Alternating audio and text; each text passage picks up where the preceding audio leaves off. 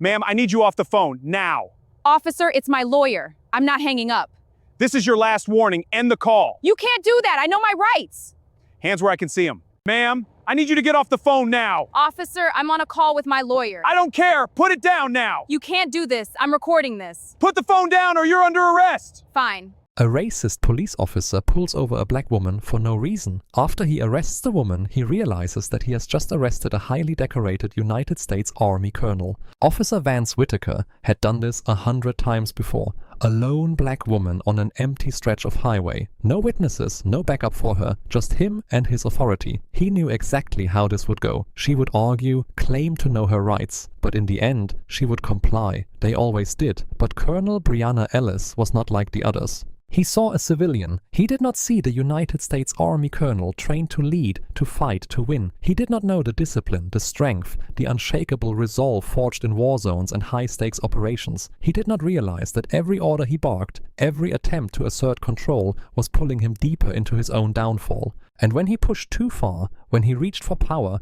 that was never truly his, he did not just pick the wrong target. He started the fight that would end everything for him. Before we go any further, comment where in the world you are watching from and make sure to subscribe. The sun cast golden streaks across the quiet stretch of highway as Colonel Breonna Ellis guided her SUV toward home. The hum of the tires against the pavement was steady, a soothing rhythm after a long day at a military function honoring veterans. She was dressed in civilian clothes, a navy blue blazer over a crisp white blouse and neatly pressed slacks. Her military uniform lay folded inside the garment bag on the passenger seat, the ribbons and insignia that marked her rank safely tucked away. A glance at the rearview mirror showed flashing red and blue lights approaching fast. Her brows furrowed. She had not been speeding, had not swerved, and had not broken a single law. Yet the patrol car remained behind her, signaling for her to pull over. Breonna sighed and steered onto the shoulder. Years of experience told her to stay calm and handle this with control and patience, but something gnawed at her. There was no reason for this stop. She knew it. The officer approached, his boots crunching against the gravel. He was broad-shouldered, with a stiff posture, his badge gleaming. The moment he reached her window, she caught the look in his eye. Not curiosity, not professionalism, just that thinly veiled condescension she had encountered too many times before. "License and registration," he ordered, his tone clipped. Breonna kept her movements deliberate as she retrieved her wallet and passed over her driver's license. "Is there a problem, officer?" He barely glanced at it before flicking his gaze back to her. His eyes roamed her face, then her hands, like he was waiting for her to make the wrong move. "Step out of the vehicle." Her grip tightened slightly on the steering wheel. "Excuse me?" "Step out of the vehicle," he repeated, slower this time, daring her to question him. Breonna exhaled slowly. "May I ask why I am being stopped? I was not speeding, I was not swerving, and I am well within my lane. What exactly is the reason for this?" The officer gave a smirk, the kind that did not belong in a routine traffic stop. "Suspicious activity. Step out now." She had seen this before, she knew exactly what this was, but she also knew better than to escalate things on the side of a desolate road. With measured patience, she pushed open her door and stepped out, keeping her hands visible. The officer circled her SUV, peering inside before turning his attention back to her. "Where are you headed?" "Home," Breonna answered. "I just left a military function." His gaze narrowed slightly. "Military, huh?"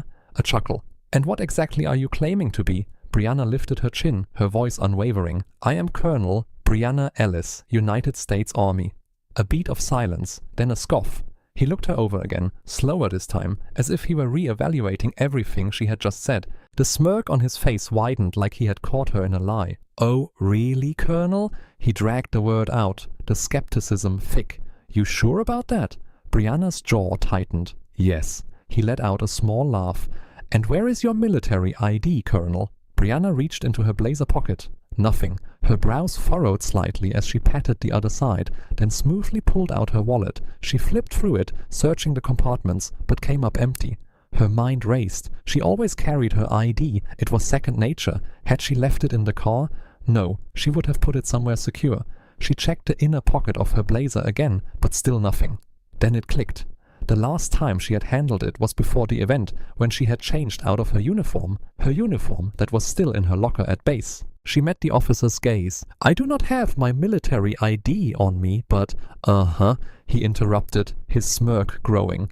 "How convenient." He turned her driver's license over in his hand, tapping it against his palm. No veteran status either. That is funny, huh? A whole colonel like you. No proof of it.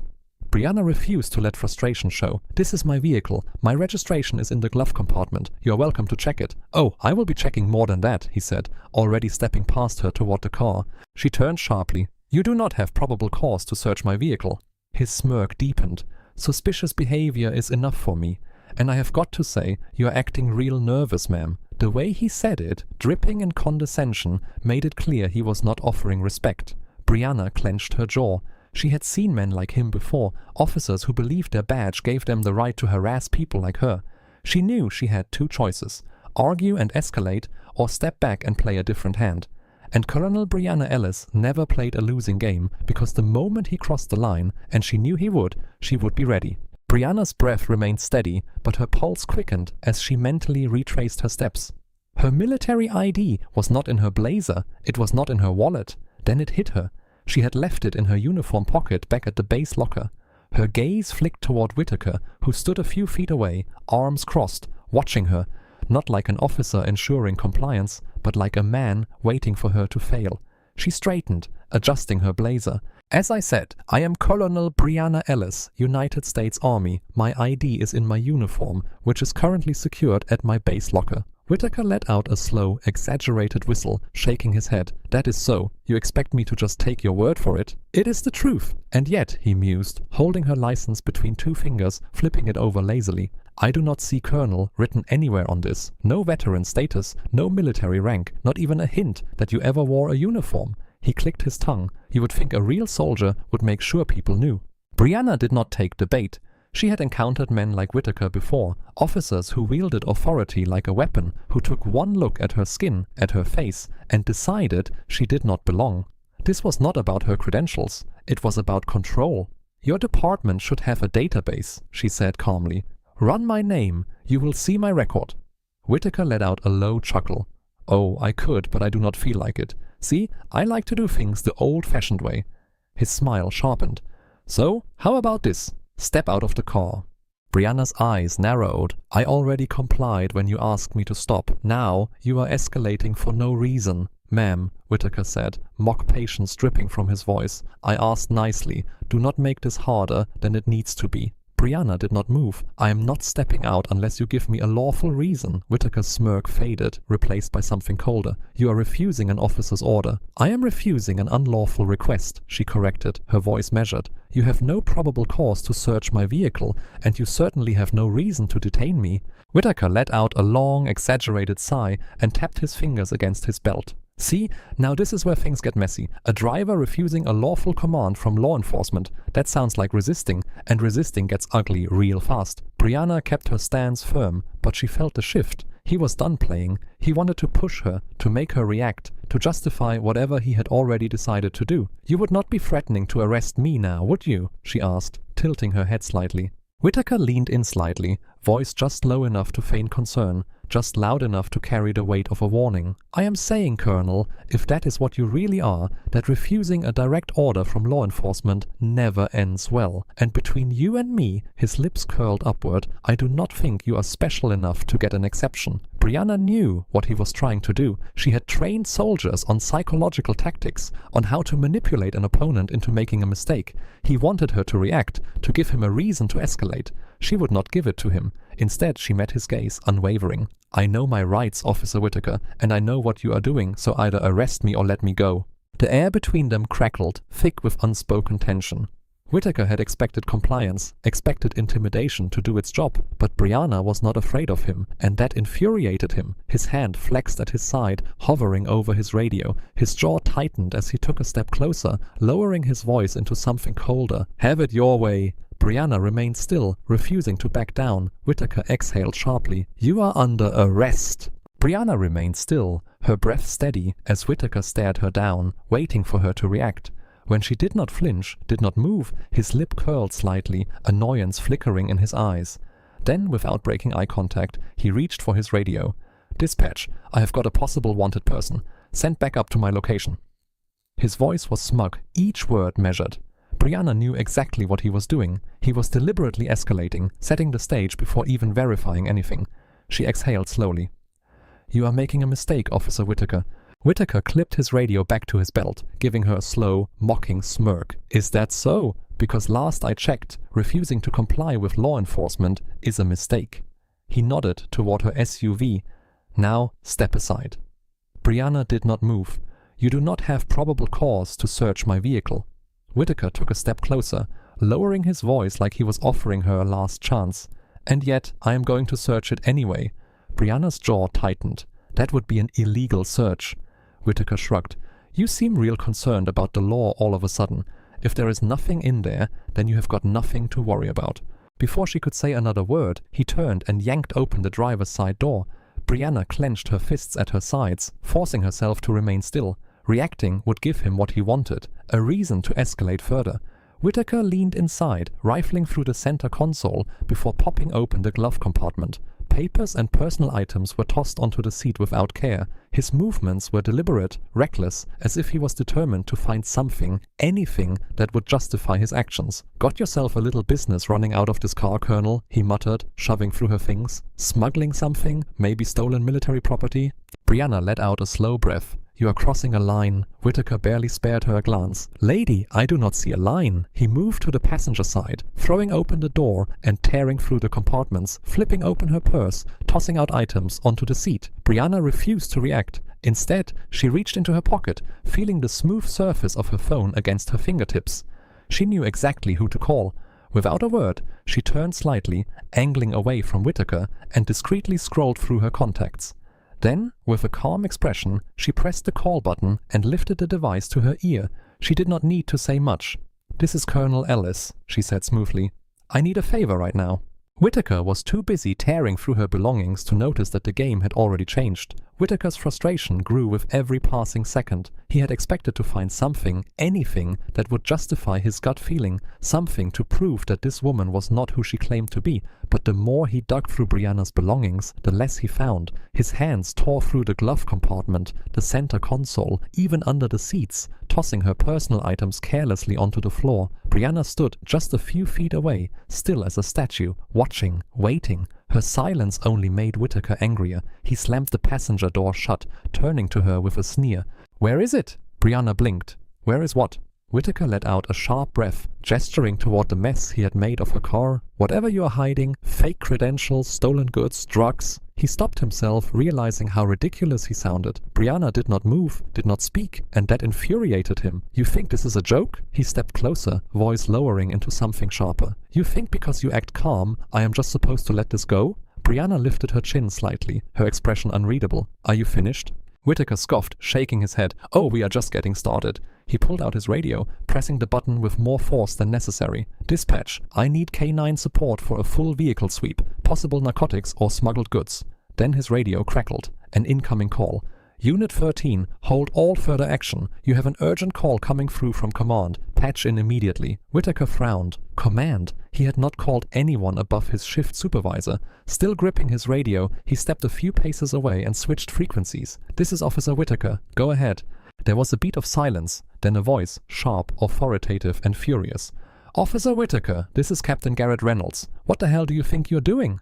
Whitaker stiffened. "Captain from headquarters?" His mouth opened, but no words came out. "Are you deaf?" Reynolds snapped. "You are unlawfully detaining Colonel Brianna Ellis, a highly decorated officer of the United States Army. You will immediately cease your actions, stand down and escort her to the station for a formal apology. Now!" Whitaker swallowed. His fingers twitched over the radio. "Sir, You what? You ignored protocol. You illegally searched her vehicle. You harassed a senior officer like some backwater rookie with a power trip." Brianna remained where she was, expression calm, posture unshaken. Whitaker's gaze snapped to her, his blood boiling. This was not right. How did they know? The weight of his mistake slammed into him like a freight train. The radio crackled again.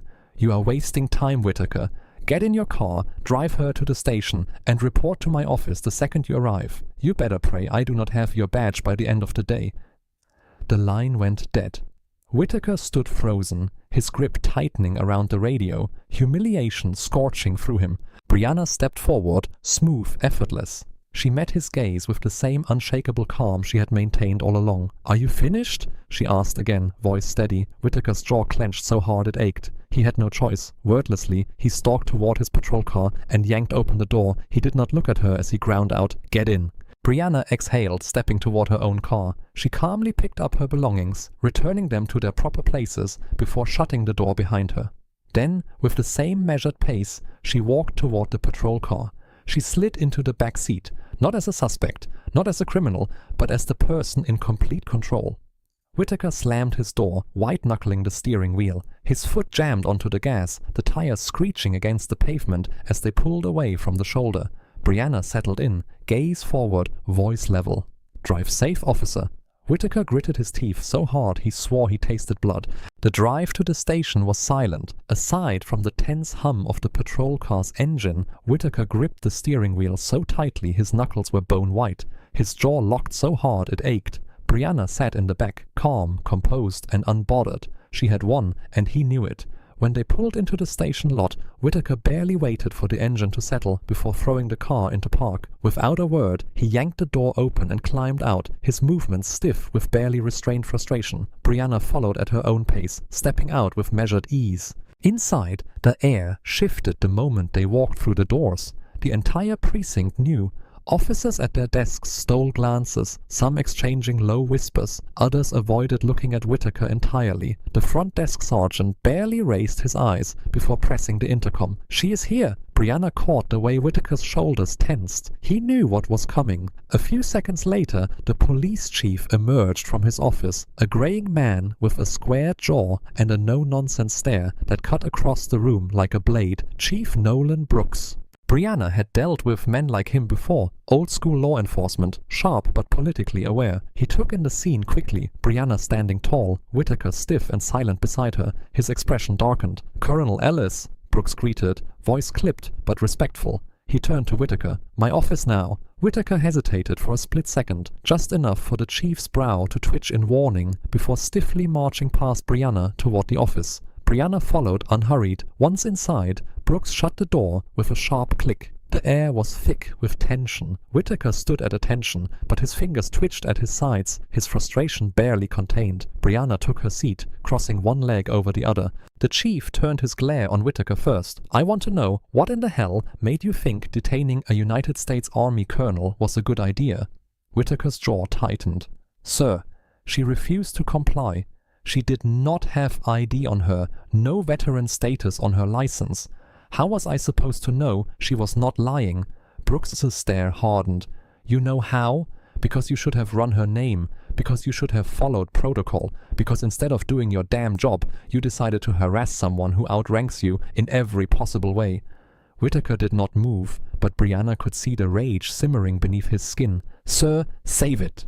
Brooks leaned forward, voice lowering. "Do you have any idea what kind of mess I am cleaning up right now? The Pentagon called me. The Pentagon. You have just embarrassed this entire department."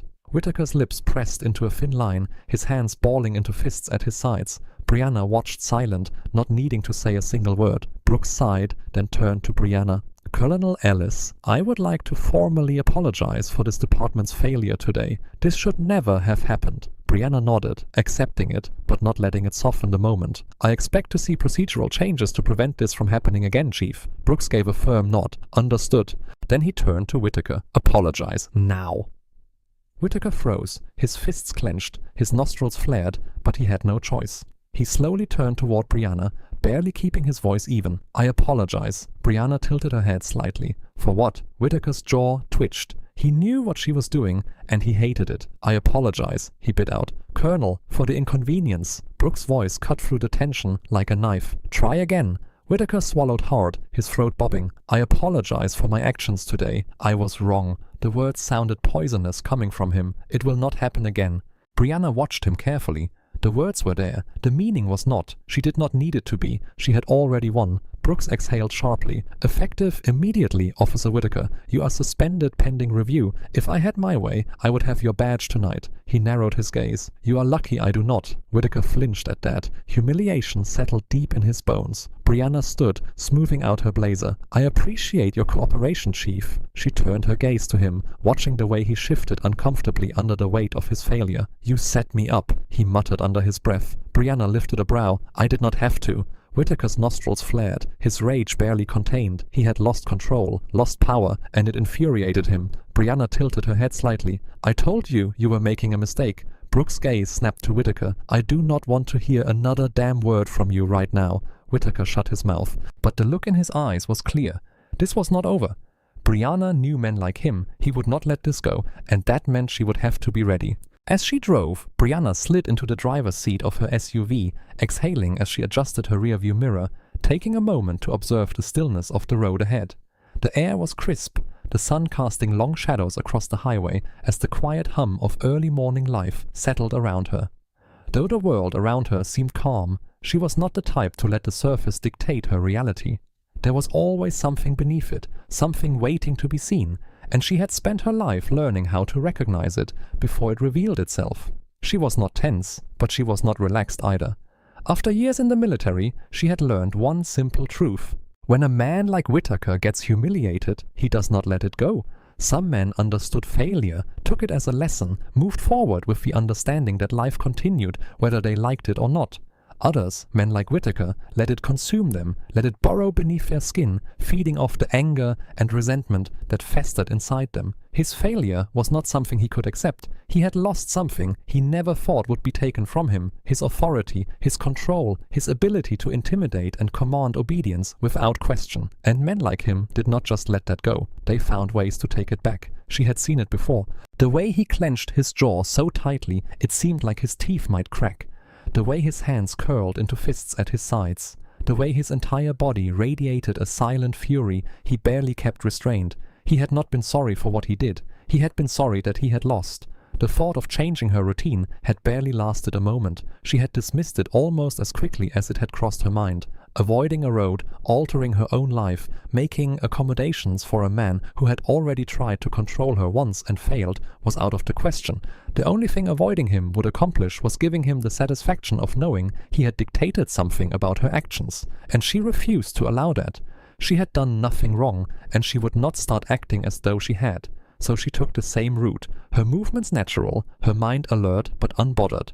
The highway stretched ahead, quiet, mostly empty, save for the occasional truck or early commuter. The gentle hum of the tires against the pavement filled the space around her, the distant horizon stretching wide and uninterrupted. She remained steady, her grip on the wheel relaxed, her breathing even, her eyes taking in everything without looking like she was searching for something. And then she saw it. The dark-colored sedan appeared in her rear-view mirror, moving into her lane in a way that did not immediately signal alarm, yet set off a quiet awareness in the back of her mind. It had been a few cars back moments ago, blending into the early morning traffic without drawing attention. But now it was closing the distance with a purpose that made her straighten slightly in her seat. She did not react outwardly, did not make any sudden adjustments that would indicate she had taken notice, but she was watching. The sedan was not tailgating, was not attempting to pass, was not adjusting its speed to the natural ebb and flow of traffic. It was just following, lingering. Brianna exhaled slowly, keeping her posture casual, her grip steady, but her mind focused. If this was a coincidence, if this was just another commuter on the road heading in the same direction, the car would either change lanes or pass her in the next few moments. But it did not. Instead, it crept closer. Her fingers flexed over the steering wheel, not in nervousness, but in calculation. It was too deliberate. A normal driver would not hold a position in someone's blind spot for this long, would not drift forward with such measured precision without signaling an intent to overtake or move aside. Then, without warning, the sedan accelerated. It was not a casual increase in speed, not a gradual push of the gas pedal as the driver settled into their rhythm. It was deliberate, sharp, a lunge forward meant to close the distance too fast, too aggressively. Brianna felt it before it even fully happened. Her body had already braced before her mind confirmed the threat. Instincts firing in perfect alignment with reality, because she knew this was not an impatient driver. This was not a mistake. This was an attack. Her gaze flicked to the side mirror, and in the briefest moment, her eyes locked onto the driver. Whitaker, out of uniform, his face twisted in pure, unfiltered rage, his hands gripping the wheel with the kind of force that spoke of barely contained fury. There was no calculated restraint this time, no manufactured authority behind a badge, no thin veil of professionalism to hide behind. There was only anger, only a man who had lost control of his life and had decided the only way to regain it was to take control of hers. Brianna inhaled through her nose, her pulse steady, her mind already working through the variables. He had nothing left to lose now. That made him dangerous, but it also made him reckless. He edged closer, the sedan pressing into her space, trying to force her toward the shoulder, trying to box her in before she had a chance to respond. She did not react in fear. She did not slam the brakes, did not jerk the wheel, did not give him the panic he was expecting, the loss of control he was counting on. Instead, she let the SUV drift just slightly, just enough to sell the illusion that she was reacting purely on instinct. She watched as he took the bait. The moment he pushed forward to cut her off, she flicked her turn signal. The small, seemingly automatic movement designed to make him believe he had trapped her. Whitaker lunged for the gap, moving in to force her into a mistake, and that was his mistake. At the very last second, she cut the wheel sharply in the opposite direction, breaking his trajectory entirely. His tires screeched against the pavement as he overcorrected, jerking the wheel too hard in his desperation to recover. Brianna remained smooth, controlled, watching the way his face contorted in frustration, the realization beginning to dawn on him that she was not going to panic, was not going to break under the pressure, was not going to make it easy for him. But Whitaker was not finished. He adjusted quickly, pushing forward again, more erratic now, more aggressive, his car veering toward her with reckless determination. The chase stretched onward, their vehicles weaving in a dangerous battle of control, the landscape shifting as the open highway gave way to a more desolate stretch of road, an empty span of pavement where no other cars remained. Brianna knew it the second they had crossed the last exit sign, the moment the road stretched wide and barren. Whitaker had led her here on purpose, and she had followed willingly. Up ahead, the highway curved, narrowing into a remote stretch, lined with nothing but trees and empty space. Whitaker slowed, his car easing toward the middle of the road, forcing the moment to a standstill. Brianna eased off the gas, fingers flexing on the wheel, breathing even. The road ahead stretched empty, devoid of traffic or any passing witnesses, leaving only the two of them in the vast, desolate space. She had known this moment was inevitable, and now that it had arrived, there was nothing left to do but finish what had already begun. Brianna slowed her SUV to a controlled stop, her hands steady on the wheel as she surveyed the isolated stretch of road before her. The trees loomed tall on either side, casting long shadows over the pavement, the thick silence settling between the two vehicles like a living thing. The moment her tires came to a halt, she exhaled slowly, rolling her shoulders once, feeling the tension gather like a storm waiting to break. In front of her, Whitaker threw his sedan into park with such force that the tires screeched against the asphalt. Before the car had even fully settled, his door flew open and he stormed out, his movement sharp, his fury bleeding into every step. Brianna watched, her gaze calm, unreadable, as he slammed the door behind him and advanced toward her, his posture rigid with barely restrained rage. "You think you are clever, do not you?" His voice carried across the empty road, edged with something venomous, something raw. "You think this little game of yours means you have won?" Brianna did not move immediately. Instead, she took a moment assessing him, taking in the way his fists clenched at his sides, the way his chest rose and fell in uneven breaths, the way his jaw twitched like he was barely holding himself together. He was unraveling, and she had seen it coming from the moment she had left that police station. Finally, with deliberate ease, she unbuckled her seatbelt and pushed the door open, stepping out into the crisp morning air. The world around them was still, the emptiness of the road amplifying the tension crackling between them.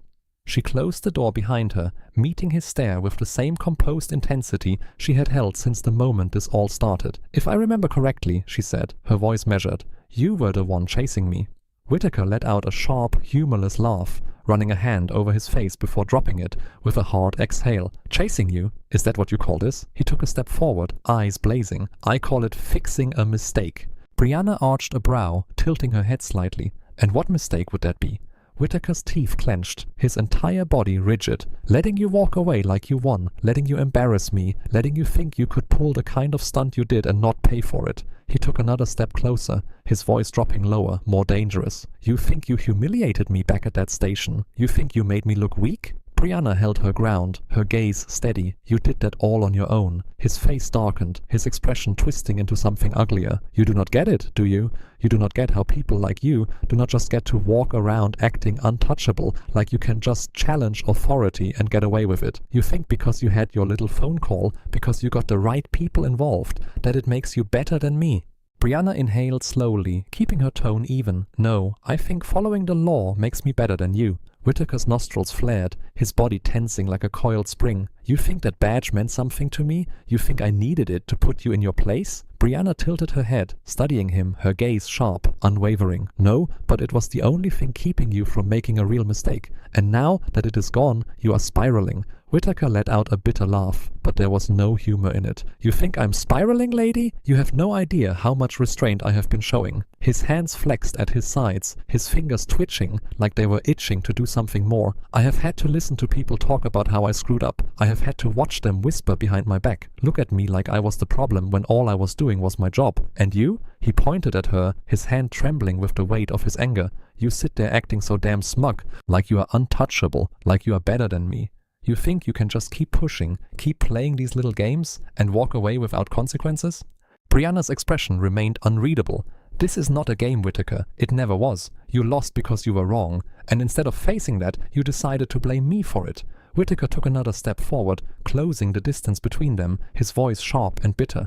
And you decided to play the victim, right? Poor little colonel being harassed by the big bad cop, making sure everyone sees you as the hero in this story. You got exactly what you wanted. Brianna exhaled, the weight of his words rolling off her like water over stone. If I got what I wanted, you would not be standing here right now. For a second, something flickered in his expression, something close to realization, close to understanding just how far he had taken this. But it vanished just as quickly, swallowed by his pride, his hate, his absolute refusal to accept reality. You do not get to decide how this ends, he growled. Brianna squared her shoulders, keeping her voice calm, deliberate. No, but you do. You can walk away right now, get in your car and drive off before you do something you cannot come back from. Whitaker's breath was uneven, his chest rising and falling too fast, his hands curling into fists at his sides. His entire body vibrated with the force of his anger, with the unbearable weight of knowing that everything had been taken from him, and that she was the reason why.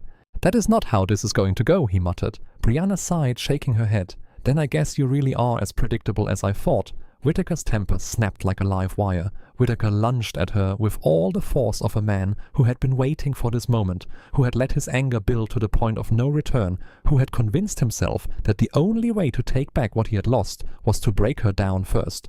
Brianna had already read him long before the first swing. His movements were sloppy, fueled by rage rather than skill. The kind of attack that came from someone who had spent years relying on intimidation and brute strength rather than refined technique. She sidestepped effortlessly, her stance shifting as his fist cut through empty air, the force of his own momentum carrying him forward in a way that left him momentarily exposed. She could have ended it right there. One sharp strike to his exposed ribs, a calculated elbow to his throat, a single well-placed kick to his knee would have sent him crumbling. But this was not about just stopping him. This was about making sure he understood. Whitaker barely had time to recover before he came at her again, his frustration compounding with every failed attempt, his movements becoming more erratic. His second swing came in wilder than the first, aimed at her jaw, reckless and desperate. Brianna ducked just beneath it, shifting to his side before he could readjust, her elbows snapping forward and slamming into his ribs with enough force to make him stumble. He let out a sharp grunt, his breath hitching from the impact, but it was not enough to stop him. If anything, it only made him angrier. You? He snarled, spinning to face her again, his teeth bared like a caged animal. Think you are so damn superior, do not you? Brianna did not answer. She did not need to. She had already taken his measure, had already seen exactly what he was, a man out of his depth. Whitaker charged again, this time lowering his stance, trying to tackle her. He thought he could use his weight against her, thought if he got close enough, he could take her down by sheer force alone. It was a mistake. Brianna waited until the last second, let him commit fully, and then shifted her weight, twisting sharply as she hooked her foot behind his leg, using his own momentum against him. Whittaker hit the ground hard. The impact sent a shockwave through him, his back slamming against the pavement, air leaving his lungs in a choked gasp. He had expected to be on top, to have her pinned, but instead he was the one sprawled across the asphalt. Disoriented, his mind scrambling to keep up with what had just happened, Brianna took a step back, not out of hesitation, but to give him the illusion of recovery. She could end it here, could press her knee against his chest, could knock him out cold with a single precise strike. But that was not enough. Whittaker needed to feel every single second of this loss. He coughed, rolling onto his hands and knees, his breath ragged as he pushed himself up. His face was twisted in something between rage and disbelief, as if his brain could not fully process what his body was experiencing. Brianna tilted her head slightly. "Are you finished?" The question landed like a slap, cutting deeper than any physical strike ever could. Whittaker's hands curled into fists, his knuckles scraped from hitting the ground, but he was not ready to accept defeat. Not yet. With a guttural growl, he lunged again, this time feinting to the left, before swinging his right fist toward her ribs. It was smarter than his earlier attacks, but still too slow. Brianna caught his wrist mid-swing, twisting it with an efficiency that sent a sharp jolt of pain up his arm, forcing him to his knees before he could even process what had happened. His body followed the motion instinctively, trying to relieve the pressure, but she did not let go. She leaned in, her voice low, unshaken. "You do not know when to quit, do you?" Whittaker gritted his teeth, his free hand reaching for her, still trying to fight. Brianna let out a slow breath. She was done letting him dictate this. With a calculated pivot, she yanked his trapped arm forward while sweeping his leg out from under him, sending him crashing to the pavement a second time, harder than before. His head bounced against the ground, his vision momentarily blurring from the impact. Brianna stepped back, watching him struggle, watching the slow, dawning realization creep into his expression. He was losing, and there was nothing he could do to stop it. For a moment, neither of them spoke. The only sound between them, the harsh rhythm of his breathing as he lay there, staring up at the sky, like he was trying to convince himself that this was not happening. Brianna did not move, did not press forward. She knew he would come at her again. She had already seen it in him. He was not done, no matter how much his body was failing him, no matter how obvious it was that this was a fight he could not win. He would rather destroy himself than admit defeat. And so she waited. Whittaker groaned, his head tilting slightly, his gaze unfocused, but still laced with anger. He rolled onto his side, then his hands pushing himself up once more. He should have stayed down. Brianna exhaled, rolling her shoulders, readying herself for the next round. She had given him every opportunity to stop. Now she would end it. Whittaker spat blood onto the pavement, his body racked with exhaustion, yet his pride still demanded he keep fighting. His hands trembled as he pushed himself up, his breath coming in harsh, ragged pulls, but Brianna could see it in his eyes. He still was not ready to accept the reality of this loss. Brianna rolled her shoulders, her stance unwavering as she watched him. He was slower now, his movements no longer fueled by raw aggression, but by desperation, the dawning understanding that the power he thought he held was slipping away completely. "Stay down, Whittaker," she said, her voice level, calm, almost a warning. But Whittaker was not a man who knew when to stop. He growled through gritted teeth, forcing himself upright, his hands clenching into fists that barely had the strength to hold their shape. His pride would not let him stay on the ground. His mind refused to process that he was losing, that he had already lost. With a snarl of rage, he lunged again, swinging wild and hard, putting everything he had left into one desperate attempt to take her down. Brianna moved to counter, but this time he caught her. His fist collided with her ribs, the impact sending a shockwave of pain through her side. She grunted, her body instinctively tensing against the hit, but she refused to give him the reaction he wanted. Whittaker saw his opening and swung again, this time clipping her jaw hard enough to send a jolt through her skull. But Brianna had been hit before. She had been in real fights, fights that did not leave room for hesitation, fights where hesitation meant death. Whittaker had no idea what kind of storm he had just invited. Brianna took a step back, shaking off the sting, her jaw tightening. If he wanted to draw this out, she would let him, but it would only make his defeat that much more unbearable. He charged again, reckless, thinking he had a second wind, thinking that those 2 hits meant he was turning this fight around. He was wrong.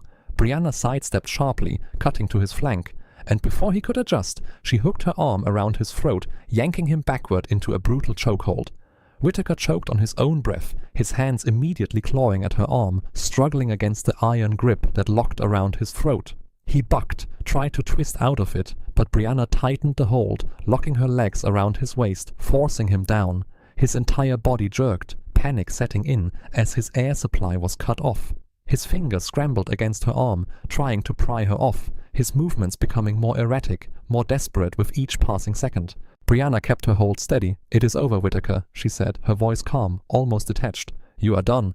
Whitaker refused to accept it. He thrashed, his feet kicking against the pavement, his nails digging into her skin, trying anything to break free.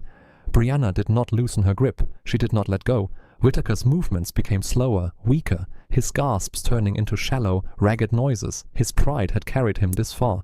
But pride did not matter when your body was shutting down. When your lungs were screaming for oxygen, when the world around you was starting to fade, his hands, once filled with fight, began to shake. His legs, once kicking wildly, went still, and then, finally, the moment she had been waiting for. Whitaker let out a strangled, broken sound, the last remnants of his pride slipping away. He could not win, he could not fight anymore, and he knew it. His voice came out barely above a whisper. "Please." Brianna did not move. "What was that?" Whitaker whimpered, his body completely giving up, his breath hitching with humiliation. "Please let me go." Brianna held the choke for just a few more seconds, letting him sit in his own complete and utter failure, before finally releasing him. She shoved him forward, his body crumpling onto the pavement, coughing violently as air rushed back into his lungs. Whitaker lay there, gasping, humiliated, shaking. Brianna pushed herself up, rolling her shoulders, ignoring the dull ache in her ribs and jaw. She had taken a few hits, but compared to what he had just endured, it was nothing. Whitaker coughed, his hands pressing against the ground, his entire body trembling from the exertion. But Brianna saw something else in his eyes now, something new. For the first time he looked afraid, not just of her, of what he had become. She took a step forward, watching the way he flinched.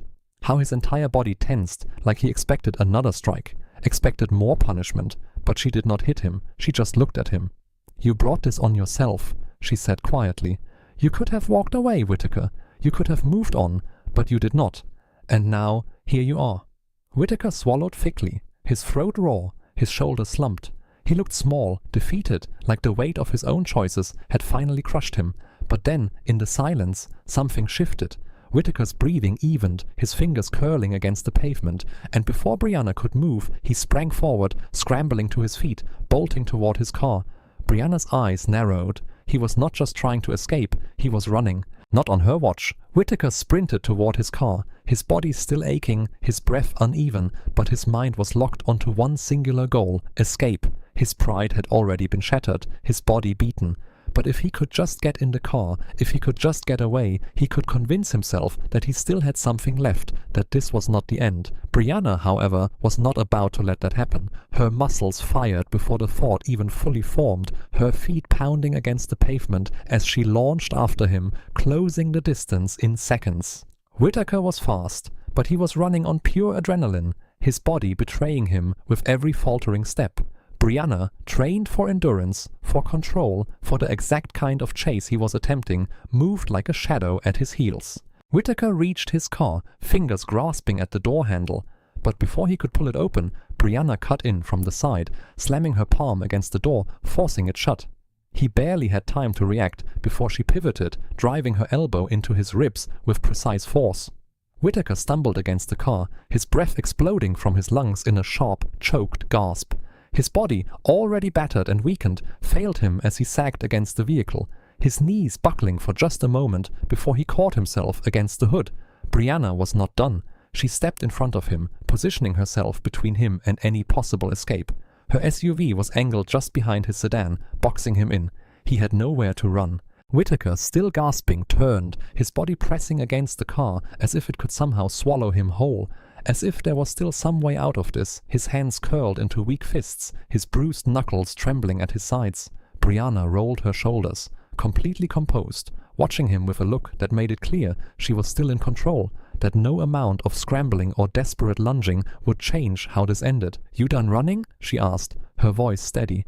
Whitaker swallowed hard, his throat bobbing, his breath still too shallow, his body still leaning too much on the car behind him for support. His silence was answer enough. Brianna exhaled, tilting her head slightly. "Did you really think you would get away after everything?" Whitaker's jaw clenched, but there was no real defiance left in his eyes. There was no victory here, no moment of triumph, no last-ditch effort that could change the outcome. Brianna took a step closer, forcing him to shrink back against the metal. "You could have walked away," she said. "Matter of fact, almost tired. You could have taken your loss and moved on, but you do not know how to let things go, do you?"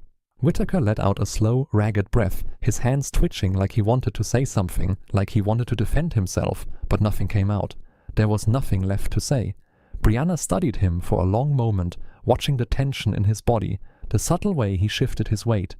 Even now, even when there was nothing left, even when his own exhaustion was dragging him down like an anchor, he was still searching for something, one last move, one last opening. She sighed. "Do not," she warned. Whitaker's breath hitched, his muscles tensing for half a second. Brianna saw it before it even happened. He lunged, going for her in one final desperate attempt to turn the tide, but she was already moving. With a sharp, calculated motion, she sidestepped, letting his momentum carry him forward before catching him by the arm and twisting sharply, sending him crashing face first against the hood of his own car. Whitaker let out a pained grunt, his cheek pressing against the heated metal, his hands pinned beneath Brianna's grip. She leaned in just slightly, her voice low, unshaken. "You lost, Whitaker. This is over." Whitaker let out a muffled curse, his breath hitching, but there was no fight left. He lay there, his body heavy, his fingers twitching against the hood of the car, the final bitter remnants of his resistance dying out with every passing second. Brianna held him there a moment longer, making sure he felt every single ounce of his failure, making sure there was no room left for delusion, for any pathetic notion that he still had a way out of this. Then, finally, she let go. Whitaker slumped forward, his forehead resting against the hood of his car, his shoulders rising and falling with uneven breaths. Brianna took a step back, rolling her wrists, shaking out the last of the tension that had settled in her muscles. Her ribs still ached from where he had hit her earlier, her jaw still tight from the impact, but compared to what he had just endured, it was nothing. She tilted her head slightly, watching as Whitaker stayed exactly where he was, his hands limp against the metal, his entire body radiating defeat. "You really should have known better," she said. Calm, steady. "Men like you always think you can do whatever you want. You think you can abuse your power, intimidate people into submission, control every situation you walk into. And for a while, you probably got away with it." She took another step back, her voice lowering. "But that ends today." Whitaker did not respond. He just sat there, broken and humiliated, the weight of reality finally crashing down on him. Whitaker did not move. He remained slumped against the hood of his car, his hands splayed weakly against the heated metal, his shoulders rising and falling in uneven breaths. The fight had drained him, left him with nothing but the weight of his own mistakes, pressing down on him like an anchor, suffocating in its finality. Brianna took a slow, measured breath, letting the moment stretch just long enough for the reality of it all to fully sink in. Then, with the same calm efficiency she had maintained throughout the entire encounter, she reached into her pocket and pulled out her phone. Her fingers moved smoothly over the screen as she dialed, her voice steady, unshaken when the line clicked open. "This is Colonel Ellis," she said, her tone sharp and professional, the authority in her voice unmistakable. "I need officers dispatched to my location immediately. I am reporting an assault and attempted vehicular homicide. The suspect is restrained and currently non-compliant." Whitaker stiffened. For the first time since the fight had ended, he moved, just barely, a flinch, a tensing of his jaw, the last remnants of whatever delusion he had left crumbling into dust. Brianna ignored him, speaking clearly into the phone as she relayed the necessary details, ensuring there was no room for misinterpretation. "Yes," she continued, her voice unwavering. "The suspect is an officer, Whitaker. Yes, that Whitaker. I will give my full statement upon arrival. Have them come prepared." She ended the call, slipping the phone back into her pocket, her movements deliberate, unrushed. Whitaker shifted against the car, his knuckles pressing harder into the hood, his breathing now more erratic. He was not just humiliated anymore, he was panicking. "Wait!" he croaked, his voice rough, the desperation finally breaking through. Brianna tilted her head slightly, her expression unreadable. Whitaker swallowed, his throat working around the words, his pride still trying to hold on to something. "Anything! You do not have to do this!" he rasped, turning his head just enough to look at her from the corner of his eye. "You already won." Brianna exhaled, unimpressed. And what exactly do you think happens next? Whitaker's lips parted, but nothing came out because even now, even after everything, he still had not accepted the full reality of his situation. She took a step closer, lowering her voice.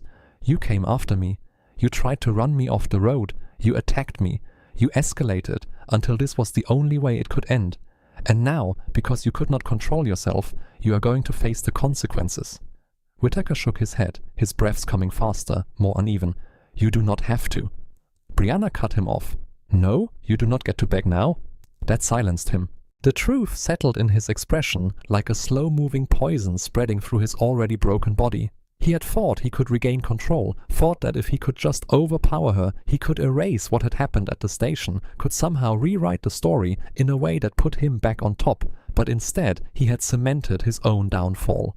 The sound of distant sirens began to rise in the still air, the unmistakable wail cutting through the morning quiet. Whitaker's jaw tightened, his hands twitched. Brianna saw the moment the last bit of resistance bled out of him. He was not just physically beaten, he was finished. The sirens grew louder, the flashing red and blue lights reflecting against the glossy surface of his car as 3 patrol vehicles pulled onto the empty stretch of road. The officers moved quickly, the tires grinding against the pavement as doors swung open. Brianna stepped back, her hands relaxed at her sides, making sure there was no ambiguity when they saw the scene. She did not need to justify herself. The damage spoke for itself. One of the officers, a middle-aged sergeant with sharp assessing eyes, strode forward, his gaze shifting between Brianna and Whitaker before settling on her with a flicker of recognition. Colonel Ellis, he greeted, professional but alert. Dispatch said this was serious. Brianna nodded once. It is. She motioned toward Whitaker, who was still slumped against his car, eyes burning with silent, helpless rage. This man, she said evenly, attacked me. He attempted to run me off the road. He pursued me with clear intent to cause harm. I defended myself, detained him, and now he is yours. The officer's eyes darkened as he turned toward Whitaker, finally processing just who they were dealing with. Whitaker barely lifted his head, his teeth grinding together, his entire body tense. Is that so? The sergeant murmured, tilting his head. His voice was almost mocking, but the disdain in his eyes was clear. He turned, gesturing to his men. Cuff him! 2 officers stepped forward without hesitation. Whitaker jerked instinctively, his body stiffening as they grabbed his arms, twisting them behind his back, snapping the cuffs into place with a sharp, metallic click. He winced, his breath catching, but he did not fight them. Brianna watched, unreadable, as the officers pulled Whitaker upright, his posture no longer one of authority, no longer even one of defiance. He looked smaller now, shrunken under the weight of everything he had lost. Whitaker, the sergeant mused, shaking his head. Man, you really screwed yourself, huh? Whitaker did not answer. Brianna did not look away. One of the officers nudged him forward, leading him toward the patrol car, but just before he was forced inside, Whitaker's head lifted slightly, his gaze locking onto Brianna one last time, and in that moment she saw it. The hate was still there, buried beneath his bruised and battered pride, but now it was joined by something else. Fear. Brianna held his stare, her voice even, final. You did this to yourself, she said simply. The door slammed shut. The patrol vehicle pulled away, taking Whitaker with it. Brianna exhaled, rolling her shoulders as the remaining officers gathered their statements, confirming the details of what had transpired. She gave them everything they needed. Clear, professional, undeniable. There would be no loopholes, no technicalities. Whitaker was not walking away from this. By the time it was all over and the officers had begun to clear the scene, the sergeant turned back toward her, his expression shifting just slightly. You are good? He asked, more of a quiet acknowledgement than a question. Brianna nodded. I will be.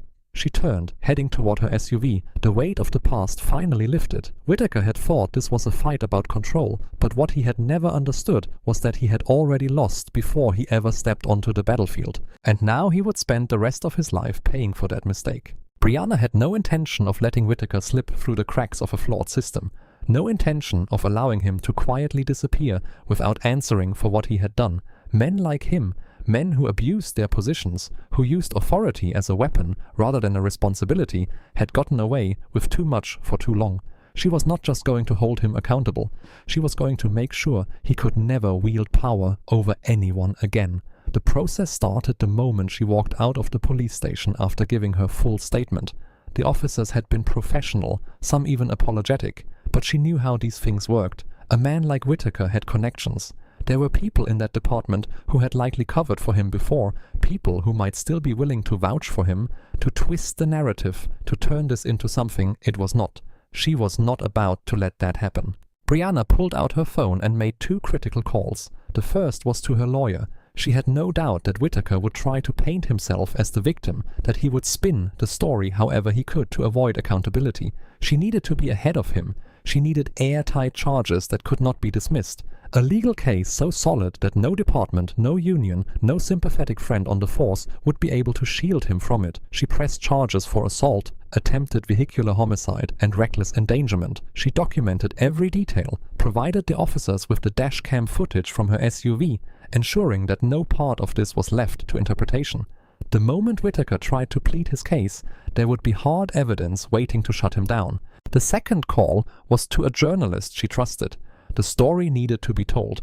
Not just what had happened to her, but everything Whitaker had done over the years, everything that had been swept under the rug. Brianna knew how to pull the right strings, how to use her influence in ways that could not be ignored. She made sure her account of what happened was on record, on the air, and in front of the public. And once the story broke, it did not stop. Within hours, Whitaker's name was plastered across every major news outlet. Police officer under investigation for attempted vehicular assault on U.S. Army colonel. Formerly disciplined officer faces serious charges. History of complaints uncovered. Did the system protect a repeat offender? An examination of Whitaker's record. Brianna had not needed to say much. The facts spoke for themselves. It turned out Whitaker had a history, a long one. Complaints of racial profiling, excessive force, intimidation tactics, all things that had been buried beneath bureaucracy, dismissed with weak internal reviews, hidden behind departmental silence. But this time, he was not getting a quiet transfer. He was not getting a second chance. The internal review opened almost immediately. Officers who had once turned a blind eye were now scrambling to distance themselves, suddenly eager to cooperate, suddenly concerned about departmental integrity. Whitaker was suspended indefinitely while the investigation continued, but Brianna already knew how it would end. With public pressure mounting, with his past being dragged into the light, and with criminal charges stacking up against him, there was no saving his career. By the end of the week, his termination was official. By the end of the month, his trial date was set. Brianna did not celebrate when she got the confirmation. She did not need to. This was not about victory. It was about justice, about ensuring that men like Whitaker could never use their badges as weapons again. When the final announcement came through, the department's formal statement confirming that Whitaker was no longer an officer, Brianna simply exhaled, the weight of it settling over her in quiet finality. She had done what needed to be done. And Whitaker, he had finally lost everything. Brianna knew that justice was not just about pressing charges and walking away. Knowing Whitaker would serve his sentence, it was not enough to simply see his name smeared across headlines or to hear about his termination from the force. She understood that a man like him, even after facing consequences, would search for another way back in. Whether it was through private security, consulting, or some backdoor loophole that allowed him to retain even a fraction of the power he had abused for years. She had seen it happen before. Officers disgraced in one department only to resurface in another under the right political climate. Their records conveniently overlooked. Their histories rewritten by the people who wanted to believe they had been wronged. That was not going to happen here. Brianna filed a civil lawsuit against him, ensuring that whatever came next, he would face financial ruin alongside his already irreparable reputation. The injuries she sustained during his attack, her bruised ribs, the swelling in her jaw from where he had landed his desperate punches, were enough to justify damages in court, and that was only the beginning. Her vehicle, though still operational, had taken serious damage from his reckless pursuit, further proving his intent to harm and destroy rather than serve and protect. But this lawsuit was not just about the physical toll. It was about ensuring Whitaker had nothing left to rebuild from with the weight of a legal judgment hanging over his head. No police department, no security firm, no federal agency would ever dare employ him again. If there was even the slimmest possibility that he might worm his way into another position of authority, she would make sure the lawsuit followed him like a scarlet letter. A permanent stain that could not be erased. And as expected, the moment news of her lawsuit broke, the entire community reacted. The fallout was immediate and explosive, sparking a firestorm of debates and heated opinions from every corner of the city. People chose sides, argued, fought, exposed their biases as stories, like this always did, bringing out the best and worst in the public. Some called her a hero. There were those who saw the truth for what it was, who recognized Whittaker for the predator he had always been, who understood that had she been anyone else, someone without her rank, without her training, without her resources, the outcome would have been entirely different. She was praised for standing her ground, for refusing to let a man with a badge use it as a weapon against her, for ensuring that Whittaker did not just lose his job. He lost the ability to ever do this again to anyone else. But then there were the others, the ones who refused to believe she had acted in self-defense, the ones who insisted Whittaker had been set up, the ones who took to online forums, news comment sections and social media platforms, spewing the same tired rhetoric that always surfaced in cases like this. She should have just complied. He was just doing his job. The media always goes after good cops. Another officer sacrificed because of political pressure. Women like her think they can get away with anything. None of it surprised Brianna. She had expected it. She had seen how the world responded to men like Whittaker when they were finally held accountable. There was always a segment of the population willing to ignore the evidence, willing to twist the story into something more comfortable, something that allowed them to cling to their deeply ingrained biases rather than accept the facts. But none of it affected her. She had spent years in war zones. She had walked through places where life and death were separated by mere seconds, where every decision carried real lasting consequences. The opinions of people who had never fought for anything, who had never stood for anything more than their own manufactured outrage, meant nothing to her.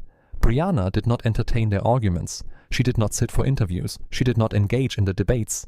She let the facts speak for themselves. Whittaker had hunted her. He had attempted to run her off the road. He had attacked her with full intent to inflict harm, possibly even kill her.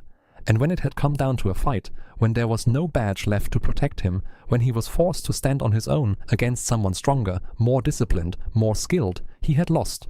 That was the truth. And no matter how many people tried to spin it, no matter how many voices screamed for his redemption, the reality remained unchanged. His name was ruined. His career was over.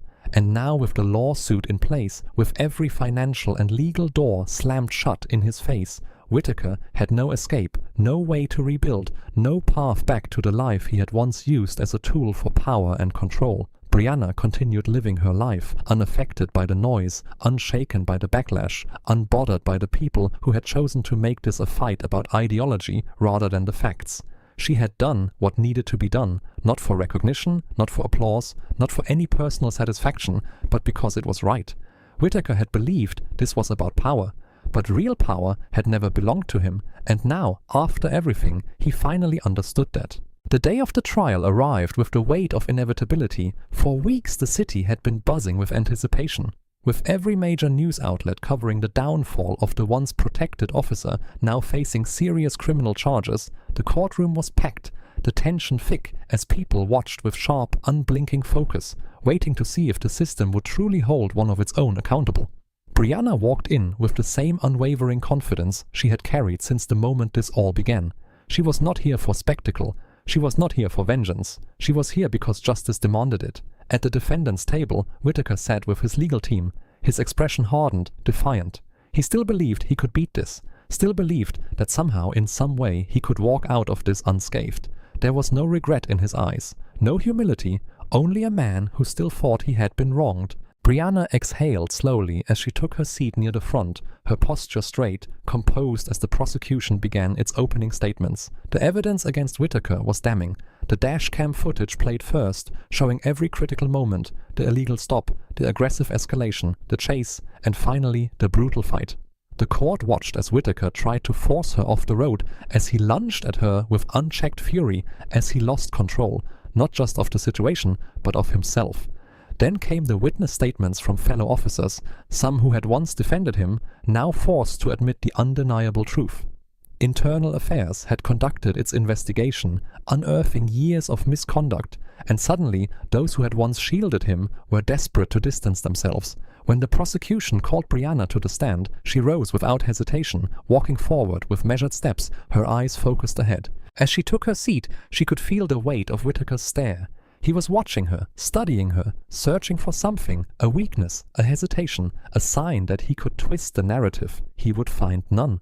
The prosecutor approached, his voice clear, steady. "Colonel Ellis, can you describe the events of the morning in question?" Brianna inhaled slowly, ensuring her voice was calm, professional, and control-learned.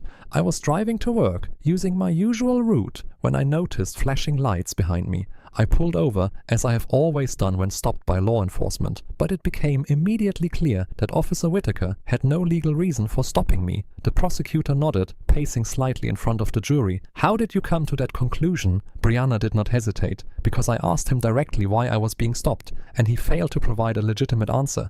Instead, he immediately questioned whether I was in the military, doubted my rank when I told him I was a colonel, and began escalating the situation unnecessarily. The prosecutor turned to the jury, letting her words sink in.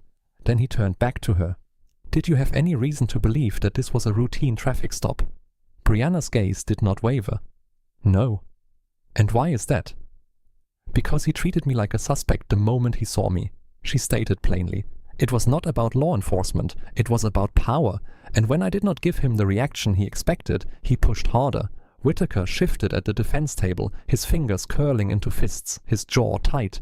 He hated hearing this. He hated that she was dismantling him piece by piece in front of everyone. The prosecutor nodded, moving to the next part of the case. "At what point did the situation escalate beyond verbal confrontation?" Brianna exhaled slightly, recalling the moment vividly. "When he demanded I exit the vehicle without cause. I asserted my rights, refusing to comply without a legitimate reason, and he immediately threatened me with arrest." It was clear that his intention was to intimidate me into submission, and when that did not work, Brianna's eyes flickered toward Whitaker for the briefest moment before returning to the prosecutor.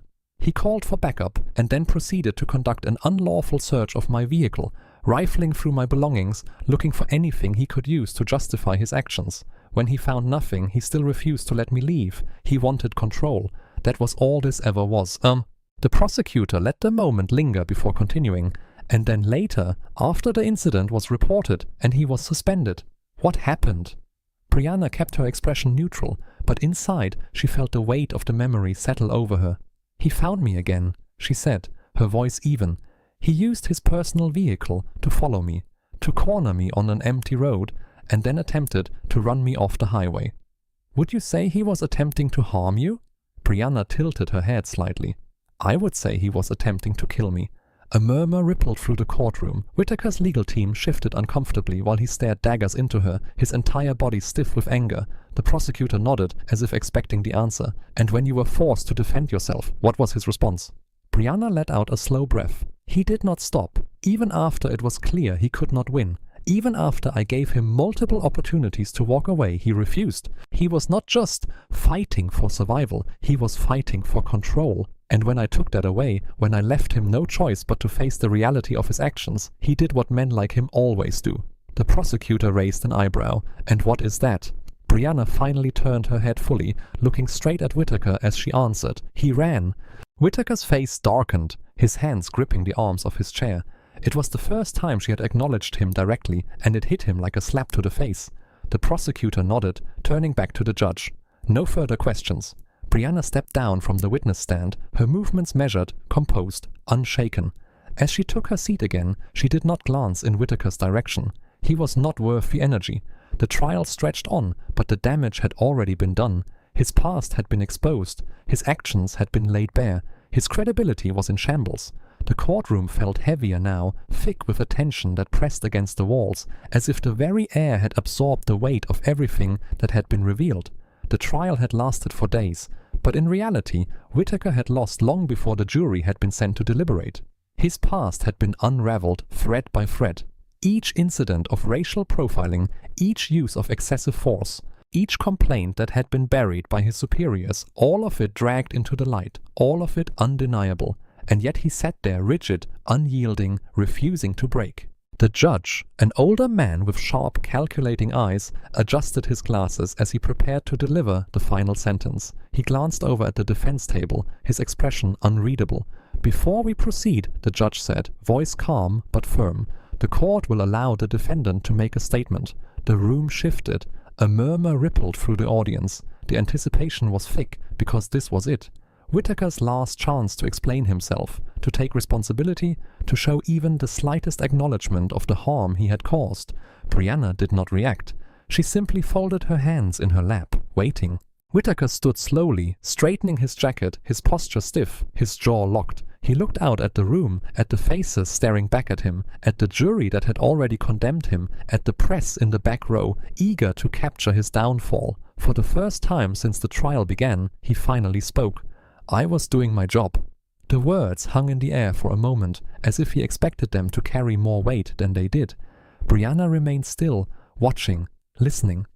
Whitaker exhaled sharply, his hands gripping the sides of the defense table, his knuckles white with tension. "You can sit here and say whatever you want about me. You can bring up every complaint, every so-called investigation, every time some civilian thought I was too aggressive, too forceful, too quick to act." He paused, shaking his head, his voice hardening. "But none of you have ever worn this badge. None of you know what it is like out there." There it was. Brianna could feel the quiet shift in the room. The way the jury members exchanged glances, the way the prosecutor sat back slightly, letting Whitaker bury himself deeper. Whitaker took a slow breath, his voice growing more strained. "Every day I put on that uniform and walked into the unknown, never knowing if I would make it back home. Every stop, every call, every encounter could be the one that ended my life. And you expect me to hesitate? You expect me to second-guess my instincts?" His eyes flickered toward Brianna for just a second before snapping back to the judge. "I saw a situation, and I handled it the way I was trained to. You think I am the only one who would have done what I did? You think any other cop would not have done the same?" Brianna remained expressionless, but inside she recognized his words for exactly what they were. An admission wrapped in defiance. Whitaker was not apologizing, he was not showing remorse, he was justifying. The problem was no one in that room was buying it anymore. The judge took a moment before speaking, as if giving Whitaker space to realize his mistake, as if waiting for him to understand that he had just made things worse for himself. "You claim you were just doing your job," the judge said, voice measured, deliberate. "And yet, the evidence presented in this courtroom shows a pattern of behavior that goes far beyond law enforcement. What we have seen here is not the result of instinct or training, but a willful abuse of power." Whitaker's jaw ticked, but he remained silent. The judge continued. "You acted not out of necessity, but out of personal resentment. You did not pursue Colonel Ellis because she posed a threat. You pursued her because she did not submit to you in the way you expected. You did not arrest her because she was guilty of a crime. You arrested her because you could not tolerate a black woman, let alone a decorated military officer challenging your authority." A ripple of reaction coursed through the courtroom, the air shifting with the finality of the statement. Whitaker stood still, his shoulders squared, but there was no more fire in his eyes, only the dull flicker of a man finally realizing that he had lost. The judge looked directly at him. "Now, you have displayed no remorse, no willingness to acknowledge the harm you have caused, and no understanding of the abuse of power that led you here today. Given the gravity of your actions, this court finds it necessary to impose a maximum sentence." Whitaker inhaled sharply, his chest rising, his fingers gripping the table like he was trying to physically hold on to whatever control he still thought he had. Brianna watched him without emotion. She had known this moment would come, had known that no matter how much he tried to resist it, Whitaker would face the consequences of his choices. The judge's voice was firm as he delivered the sentence. "Mr. Whitaker, you are hereby sentenced to 15 years in federal prison for attempted vehicular homicide, aggravated assault, and abuse of power under the color of law. You will be stripped of any law enforcement privileges, and you will no longer be eligible to serve in any official capacity in any government or security role upon your release." Whitaker's entire body went still, his breath catching in his throat as the weight of the judge's words settled over him like a crushing force. 15 years. The number echoed in his head, louder than the murmurs rippling through the courtroom, louder than the sound of his own pulse hammering against his skull. The final blow had landed, not just in the sentence itself, but in the absolute finality of it. There was no escape. The sharp crack of the gavel against the wood rang through the silence, sealing his fate in a single decisive moment. Within seconds, the bailiffs moved in, stepping to either side of him, their hands firm as they prepared to take him away. There was no ceremony to it, no hesitation. It was just another part of the process, another convicted man being escorted to his future behind bars. Whitaker turned his head, his movements slow, deliberate, as if his body was struggling to keep up with the reality unfolding around him. His gaze locked onto Brianna, and for the first time, the fire that had burned behind his eyes, the arrogance, the rage, the unwavering belief in his own superiority was gone. What replaced it was something deeper, something darker, something hollow. Brianna met his stare, but not with triumph, not with satisfaction, not with anything resembling victory. She did not need to gloat. There was nothing left to prove. He had done this to himself. His lips parted slightly, his throat working as if he wanted to speak, as if he had something left to say. One last argument, one last excuse, one last desperate grasp for control, but no one was listening. The bailiffs pulled him back, their grip firm, their movements efficient. His hands were cuffed, his shoulders hunched, his steps dragging as they guided him toward the exit. Whatever future he had once envisioned for himself, whatever power he had once held, whatever authority he had once wielded, was gone. Brianna rose from her seat, inhaling deeply, letting the weight of it all settle into her chest. She had spent months fighting for this moment, for accountability, for the kind of justice that men like Whitaker had evaded for too long, and now it was done. As she took her first step toward the doors, the noise of the courtroom faded behind her. The case was over, the verdict rendered, the sentence final. For the first time since this all began, she could finally walk away. Whitaker sat in the cold, sterile holding cell. His back pressed against the unforgiving metal bench, his wrists sore from the pressure of the handcuffs that had only recently been removed. The walls around him felt smaller than they should have, as though they were slowly closing in, suffocating him with the weight of everything that had led him to this moment. It had all happened so quickly. The verdict, the gavel's sharp crack against the wood, the murmurs of satisfaction from the gallery, and the feel of the bailiff's hands gripping his arms as they led him away. He had heard every sound, every movement, but none of it had seemed real until now, until the silence pressed against his skin, until there was nothing left to distract him from the truth. For years he had convinced himself that men like him did not lose. The system had always protected him, had shielded him from consequences, had assured him that no matter how many complaints were filed, no matter how many times he crossed the line, there would always be someone willing to look the other way. It was how things had always been, how they were supposed to be.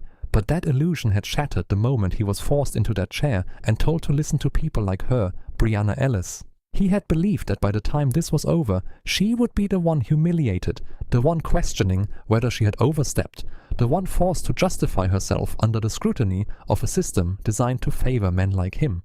He had thought he could twist the truth, manipulate the narrative, cast doubt where there should have been none, but no matter how many times he tried to frame himself as the real victim, the facts had crushed him beneath their weight, leaving him exposed for what he truly was. His fingers curled against his knee, his nails digging into the fabric of his jumpsuit as his mind circled around the same unrelenting thought. How had it come to this? He had known better than anyone how the game was played, had seen countless others slip through the cracks, had watched as officers far worse than him had simply been reassigned, their records scrubbed clean. But somehow he had not only been caught, he had been made an example of. His career, his reputation, his life as he had known it, had been ripped away piece by piece until there was nothing left. The more he thought about it, the more his stomach twisted, burning with resentment, with the deep gnawing feeling that this was not supposed to happen to him.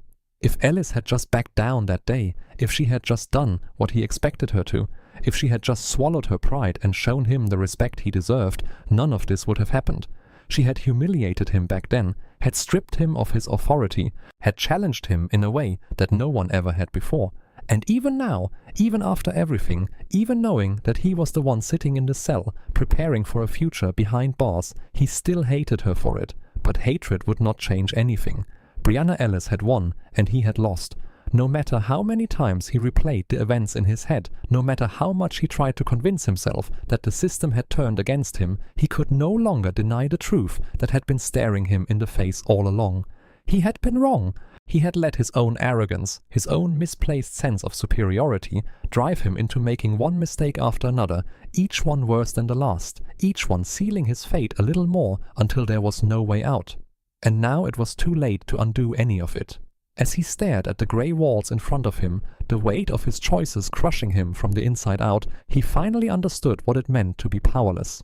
Brianna stood at the courthouse steps, her gaze drifting across the cityscape as she allowed herself a rare, measured breath of relief. The trial had concluded, the fight was over, and justice had finally been served, not just for her, but for everyone who had ever been forced to endure what men like Whitaker had inflicted on them.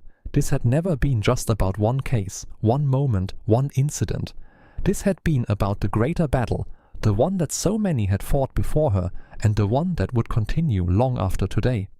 Whitaker had been held accountable, stripped of his title, his influence, and his ability to ever wield power against those beneath him again. His name, once associated with unchecked authority, was now synonymous with disgrace. The badge that he had once hidden behind, the one that had protected him for so long, had been reduced to nothing more than a reminder of everything he had lost. But even now, even knowing that he would spend years in a prison cell, Brianna knew this fight would never truly be over. She had seen it before. Men like him always found supporters, always found those willing to twist the truth to fit their own narratives, always found people who would insist that he had been wronged, that he had been made an example of for no reason other than political pressure.